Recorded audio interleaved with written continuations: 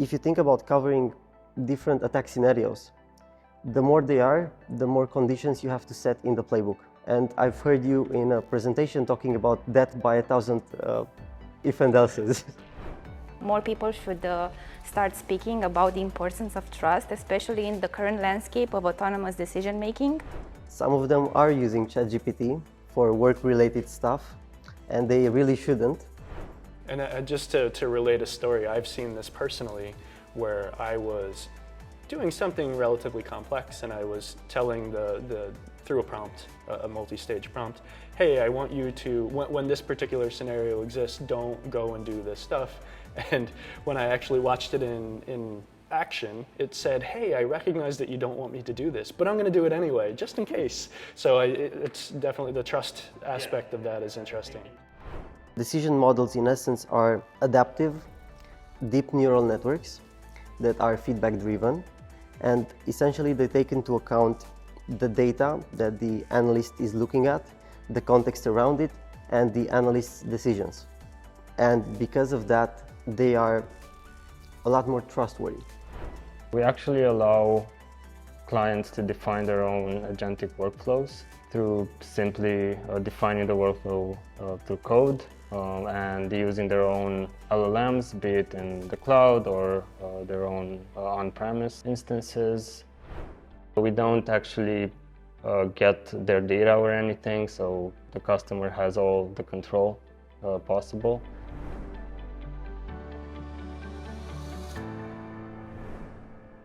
Hey everybody, thanks for joining us today as we talk about AI in the SOC, a very contentious topic right now. And I'm David, Chief Product Officer here at Arcanna AI, and I'm joined by several of my colleagues here. I've got Alina, Chief Data Scientist, Darius, Lead Solution Architect, and Colleen, Chief Architect. And I've been in cybersecurity professionally for well over a decade at this point, very much as a practitioner for a long time.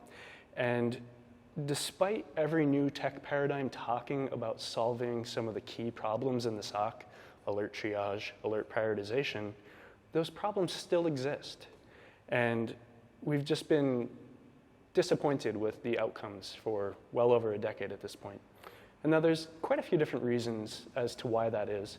One of which, of course, is that the attack surface expands.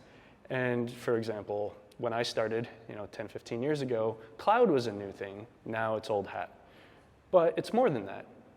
There are additional alerts that are coming pretty regularly, so the volume is increasing. We've got new types of attacks. We've got creativity of attackers. And of course, we also have the problem that we have a shortage of skilled workers in the space. All of these kind of combine to be a really big problem. Now, thinking about the way we can solve that, I don't think, in my view, that it's a throw more bodies at the problem solution, but rather technology. That's the way that I see this going forward. And if you think about the last 2-3 years, the advent of generative AI publicly, we've seen that there's a lot of hype around this, and we've seen AI being used heavily in just about every vertical, whether or not it's security. And thinking about that, there are pros and cons to AI in a lot of different places, but I think security is a little bit special and a little bit more challenging. And that's why we're here today, to kind of talk through some of those things and discuss farther. So with that, Darius, from your perspective, how have you seen the industry reacting? I think you were spot on in your presentation, and what we are seeing is a clear increase in the attack surface. And specifically, when we're talking about embedded and edge devices, and also cloud. Traditionally, attackers would focus more on the endpoint, but now they're shifting their attention to less monitored devices. And that will create a demand in the detection space for more detections. The market will solve that, of course. But in turn, that will also increase the workload on the SOC analysts. And because of that, they need all the help and tooling they can get. And if we think about it, the main, let's say, tool would be automation, which in security operations centers is usually under the form of a SOR, right? More specifically, SOR playbooks. Now, these playbooks allows the engineer to set up deterministic workflows in which they can enrich, correlate, or execute specific actions. Now, there are benefits to this because it speeds up some things, but there are also drawbacks. Some of these are the fact that configurations change, new data comes in, playbooks can break, and they're basically hard to maintain. And on top of that, if you think about covering different attack scenarios, the more they are, the more conditions you have to set in the playbook. And I've heard you in a presentation talking about death by 1,000 if and else's. Yeah, exactly. Yeah. So I think that was a good point there. So these are part of the reasons we developed our platform, Arcanna AI, which is a platform where security professionals can train bespoke AI models, neural networks, that are able to predict on new scenarios through learning from the decisions made by those analysts in their tools on the day-to-day work that they do. Yeah, across all sorts of different tools. Yeah. Absolutely. And they will still do the same work in the UI, in their UI, but we'll collect that feedback and train these models so it can assist them further. Now, this is pretty much covering the L1 SOC activities, but we also need to tackle the L2 and L3 activities. And because those require more, let's say, finesse, more flexibility, I think here is where we need to start talking about GenAI.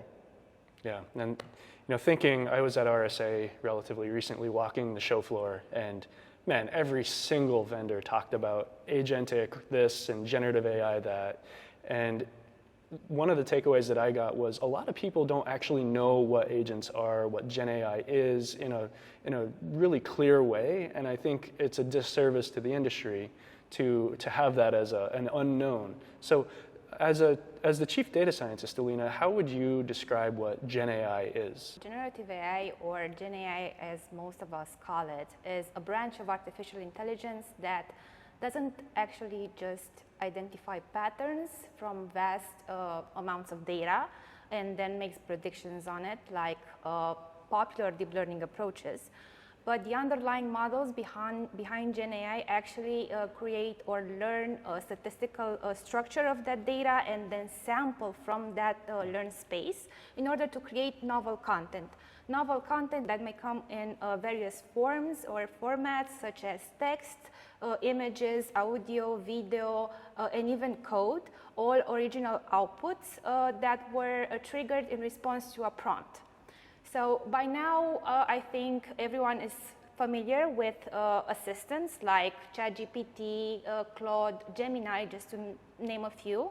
And we see these assistants as helpers that we use to interact with via a prompt or instruction that the assistants take, reason over it, in order to provide a response. However, more novel or advanced frontiers push the GenAI beyond chat into autonomous coding or embodied robotics or even multi-agentic frameworks that provide real-world actions. Now, there is a conceptual difference between assistants and agents. Yeah. So assistants are still reactive. They are session-bound, and they always ask before acting. So there is a continuous back and forth interaction with the assistant and the user. Agents, on the other hand, even though they are built on top of these assistants, are what we call goal-oriented workers, are more proactive in the sense that they can actually plan, call tools, and even operate autonomously without human oversight. And they actually promise huge productivity gains. Got it. Yeah, that's helpful, and I've seen and used a lot of these different things in different places. But Darius, from your perspective, what have you seen SOCs doing with assistants, agents, GenAI in general? Are they just using ChatGPT and going back and forth and calling it a day, or are they doing something more interesting than that? Funnily enough, or not, some of them are using ChatGPT for work-related stuff, and they really shouldn't. But at this point, most enterprises implemented some sort of assistant in their own environment. And the biggest uses I've seen are the analysts asking the assistant with assistance for what does this command line do, or what specifically is this. So the back and forth interaction you were mentioning is the most common now. They use it more recently through Model Context Protocol from Anthropic. So MCP tools are enabled, and they can speak in natural language with different tools from the chat, and they use that for context gathering. And also I've seen things like, hey, create me a report. I want to see how my team has been doing, or show me what happened in the last 7 days. So these are the main things that we've been seeing so far in terms of usage. Yeah, and just personally spending too much time on LinkedIn and other social networks, I see an incredible increase when MCP became popular, of people using it for all sorts of different things. And it seems like maybe 6-8 weeks ago was when it hit cybersecurity, and it's the hotness. Everybody's talking about it in every single way. And so it's interesting to hear, from the field perspective of that. Colleen, I know we've been experimenting with GenAI and building things for quite a while now internally. I'm wondering, from your perspective as chief architect, what have you seen, or have you seen any issues as we're experimenting and building? Well, the technology has a lot of promises, and it has a lot of use cases and potential. There are some limitations still, specifically things like the limit of the context window, where you can't really get all the alerts necessary or the context necessary for the model to actually perform what you want to perform. There's also the problem of having the model not respect what you ask it, or going on a tangent or going on a loop and not doing what you want. So the agentic workflows will help and do help, and good prompting does help, but it's still not quite reliable in most cases. And just to relate a story, I've seen this personally, where I was doing something relatively complex, and I was telling through a prompt, a multi-stage prompt, hey, I want you to, when this particular scenario exists, don't go and do this stuff.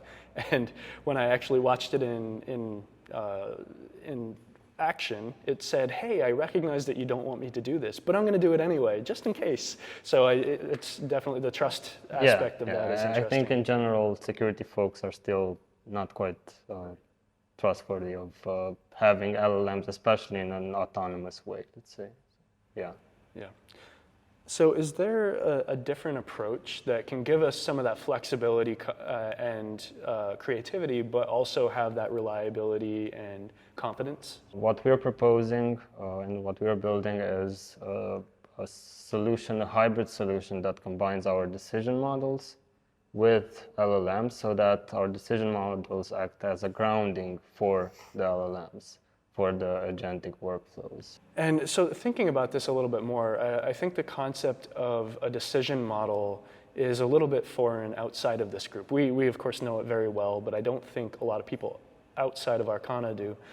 Darius, would you mind explaining a little bit more about what a decision model is? I mentioned previously how we build these AI models, but decision models in essence are adaptive, deep neural networks that are feedback driven. And essentially, they take into account the data that the analyst is looking at, the context around it, and the analyst's decisions. And these models are derived from that. And because of that, they are a lot more trustworthy. They become trustworthy for the analyst. Okay. And so we talk about trust in a lot of different ways, and we've mentioned it a couple of times now. I'd like to know, what is a trustworthy decision, and why does that matter? Alina? What a great question, David. And honestly, I think more people should start speaking about the importance of trust, especially in the current landscape of autonomous decision making, where there is a lot of skepticism.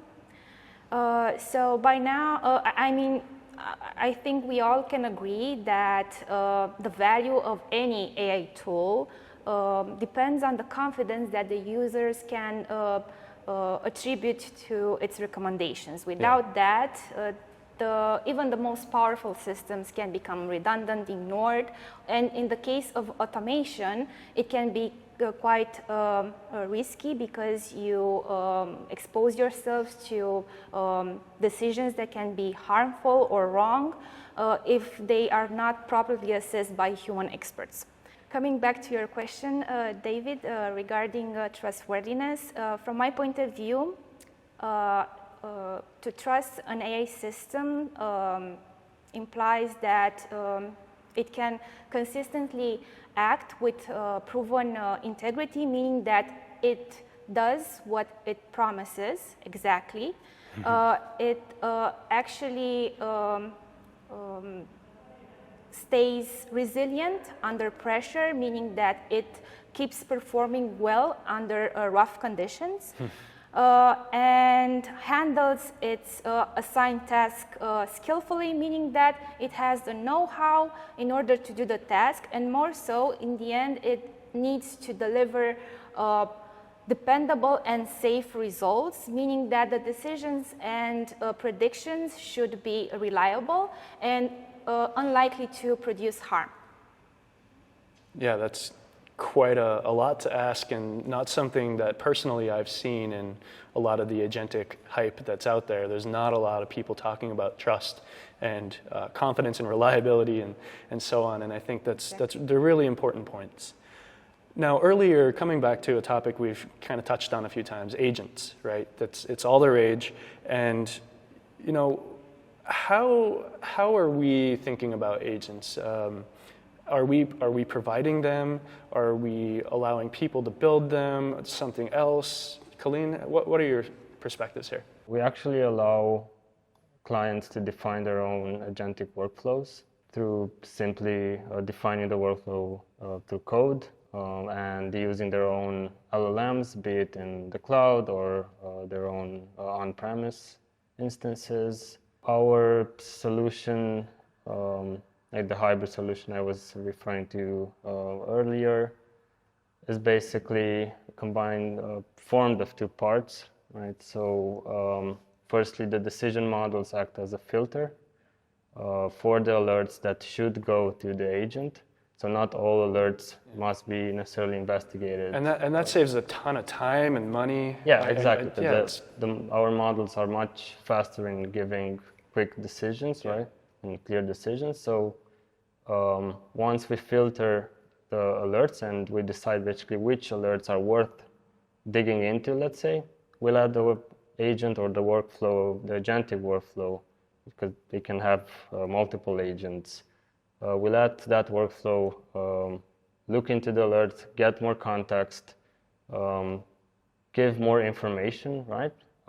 But given that agents are not necessarily reliable when it comes to critical decision making, we make the agent push the alert with its notes and its gathered context back into Arcanna, such that the decision models can provide even more informed decision based on also human feedback.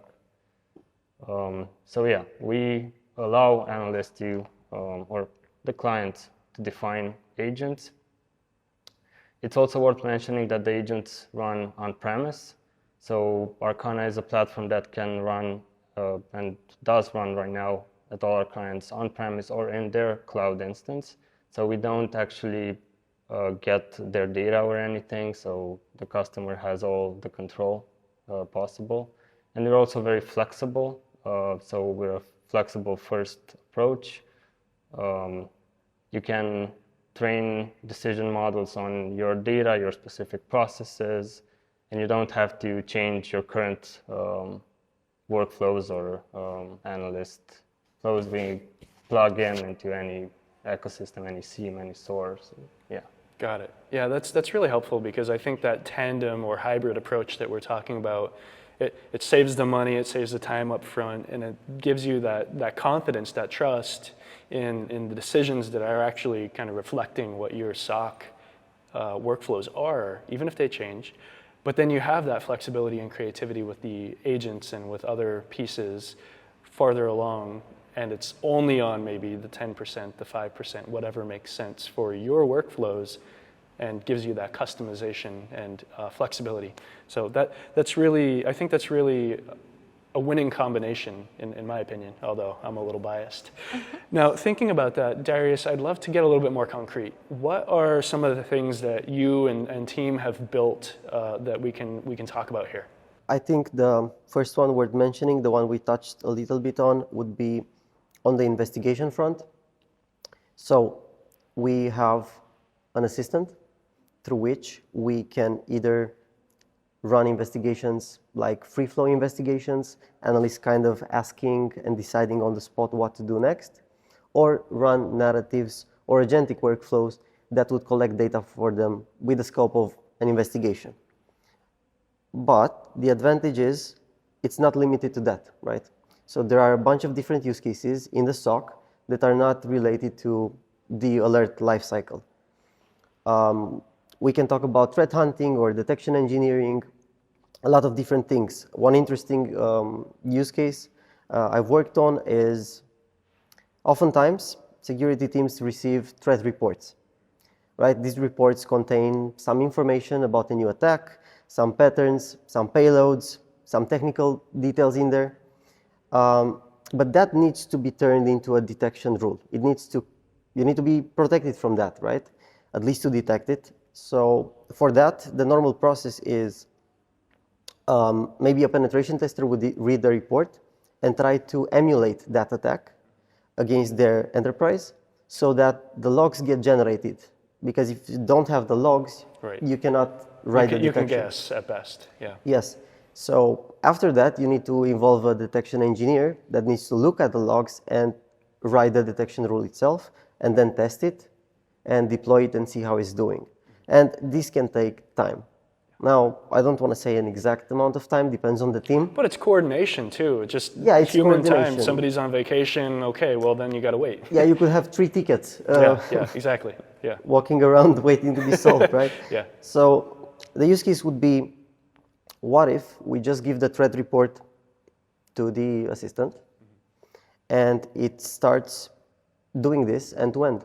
So starting from reading the report, extracting the key points, to understanding how the schema, what the schema in the SIEM is, so how the data looks like, and then generating synthetic events that are realistic and match the same patterns already present for that specific attack, and then after generating them, also writing the detection rule itself, testing it against that data, making tweaks to it on the spot, until it gets a working detection rule. And you could feed those into the decision models, right? Absolutely. Yeah. And this process will take, from my testing, between 10 and 20 minutes. Wow. And it can take days in reality. So this is one example. Other more simple ones would be perhaps teams always need to look for IOCs. These 3 IPs have been involved in an attack. You want to find out if they're involved with you somehow. But the interesting thing here is you don't always search the IP in the IP field. The IP can be in the command line, the IP can be in a message field, in a lot of different places. So static queries don't really work for that. That's why you need a hunter, right? Yeah, creativity of attackers, it's just this. Yes, and you need to start from that hypothesis that you'll find it somewhere and then scan visually to understand where it can be. And the advantage with how we do this with the assistant would be, well, you just give it the indicators and it was instructed to understand again the schema, where that may be, and then scan for those indicators and output a report with the findings. And that's also accelerating some tasks. And we could go on and on with all the different types of use cases. you can speak with your tools, you can ask for reports, you can execute actions. So a lot of different things. I think, honestly, creativity is the limit here. It's no longer technological. Yeah, and that's such a difference in the past. I know going from one tool to the next, you have to go figure out the query schema, you have to mess around with that for 5 to 50 to 2 hours, and it's just a pain. And now to more or less say, no, that doesn't need to exist. You can focus on the idea, the context that you have as a human, because you understand it irrespective of, this is Splunk, or this is Elastic, or this is whatever, right? Yeah, it's really cool. Any last words from anybody on any of the topics that we talked about so far? I think we pretty much covered it. Although we'll do an FAQ section where we'll answer more technical questions that we usually get from customers. Yeah, that makes sense to me. And I just wanted to thank all of you. I know you're all very busy, and really appreciate the time. It was great to hang out with you all. And last but not least, Darius, where can we find Arcanna? Where can teams go and test this out? I think the easiest way is for them to go on the website, Arcanna AI, and you'll see a link that takes you to Amazon Marketplace. And from there, you can easily deploy an instance. It consumes very little hardware resources, so it's cheap to run. You can spin it up. It will have some demo data inside it. And also, you'll have the option to send your own data and play with the platform itself. Perfect. All right. Well, thanks for the time, everybody.